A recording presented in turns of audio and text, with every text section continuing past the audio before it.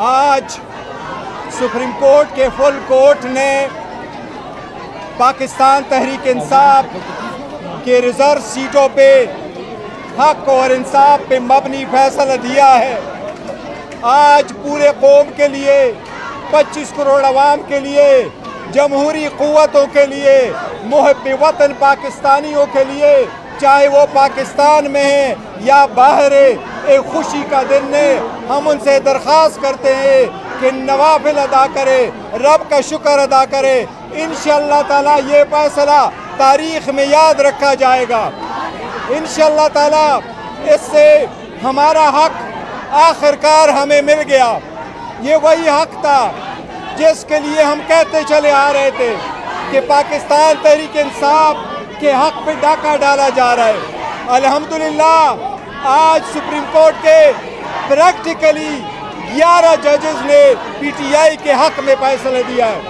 11 ججز نے یونانیمسلی اپنے اپنے نوٹ میں یہی کہا ہے کہ پاکستان تحریک انصاف حقدار ہے ان سیٹوں کا۔ الحمدللہ جو 8 اور 5 کے تناسب سے جو اپیلیں الاؤ ہوئی ہے اس کے مطابق بھی سیٹیں واپس پاکستان تحریک انصاف کو ہی ملے گی۔ آج سپریم کورٹ نے ہولڈ کر دیا ہے پاکستان تحریک انصاف الحمدللہ جو لوگ مٹانا چاہ رہے تھے وہ روائے ہو گئی ہے۔ ہم کمیشن کو استدعا کرتے، کمیشن سے مطالبہ کرتے فوراً کہ سپریم کورٹ کے ان احکامات پہ فوراً عمل درآمد کیا جائے، اور سب سے پہلے سپریم کورٹ ہمارے الیکشن کمیشن ہمارے انٹرا پارٹی الیکشن کا سرٹیفکیٹ ہمیں اسی ہفتے میں ایشو کرے۔ ہم پھر بھی مطالبہ کرتے کہ جلد سے جلد ان احکامات پہ عمل درآمد کر کے پاکستان تحریک انصاف کو ان کے ریزرو سیٹیں دی جائے تاکہ جو الیکشن رکا ہوا ہے وہ اپنے مقام پہ پہنچ جائے اور وہ الیکشن ہو جائے۔ اس موقع پہ میں یہ کہتا ہوں اس میں سب سے بڑا رول ہمارے چیف منسٹر کے پی کے علی امین خان صاحب نے بھی پلے کیا تھا، جس نے بولڈ سٹیپ لیا تھا، جس نے ان کا اوتھ روکا تھا۔ ہم ان کو دل کی عطا گہرائیوں سے مبارکباد پیش کرتے ہیں۔ آپ یہ بتا دیں کہ کیا وجہ تھی کہ جسٹس فائز صاحب نے یہ فیصلہ کیوں نہیں سنایا؟ نمبر 2 پنجاب میں سینٹ کے الیکشن اب دوبارہ ہوں گے؟ نہیں، دیکھو وہ دوبارہ الیکشن کرانے کا کوئی کویشچن نہیں ہے، اور قاضی پائسا نے ہی الیکشن، یہ روٹین میں ایسا ہی ہوتا ہے۔ آپ نے دیکھا ہوگا پاناما کے کیس میں بھی جو جج صاحبان ججمنٹ لکھتے ہیں وہ اپنا نوٹ پڑھ کے سناتے ہیں، تو قاضی پائسا صاحب نے کچھ انمول نہیں کیا کہ منصور علی شاہ صاحب نے پڑھا۔ یہ پہلے بھی ہوتا رہا ہے، جب کوسا صاحب چیف جسٹس نہیں تھے، پاناما کا کیس سن رہے تھے تو اعجاز افضل صاحب نے ہی اپنا نوٹ جو پڑھ کے سنایا تھا۔ یہ ہوتا ہے روٹین ہے۔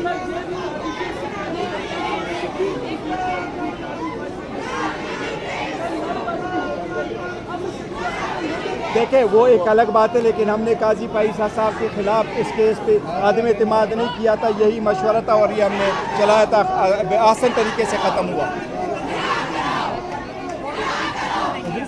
اب الحمدللہ ان کا 2/3 میجارٹی جو مانگ رہے تھے، اپنے مرضی کے حساب سے جو آئین میں ترمیم کرنے جا رہے تھے وہ راستہ رک گیا۔ آپ بھی کچھ بولے۔ دیکھیں یہ میں کہتا ہوں آپ سے، پاکستان کی عوام سے، آپ کو مبارک ہو۔ یہ پاکستان کی تاریخ کا ایک سنہرا دن ہے۔ الحمدللہ پاکستان کی تاریخ میں بہت کم ایسے دن ہیں جب طاقتور اور جابر کے ارادوں کو مات دی ہو عدالت نے، جو یہ چاہتے تھے کہ سیٹیں ہم سے چھین کر اور ہمیں مال غنیمت کے طور پہ بانٹ دیں اور آئین کا حلیہ بگاڑیں۔ آئینی ترامیم کے ذریعے ان کے ارادے آج پاش ہوئے ہیں، آج آئین کی فتح ہوئی ہے۔ یہ بہت بڑا دن ہے، یہ بہت بڑا دن ہے۔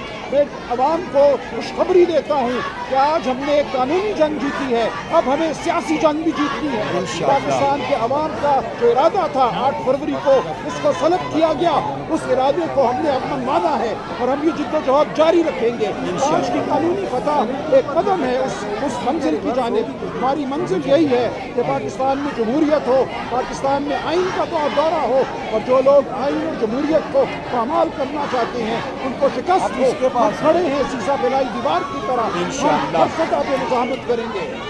میں آخر میں پاکستان تحریک انصاف وومن ونگ کی صدر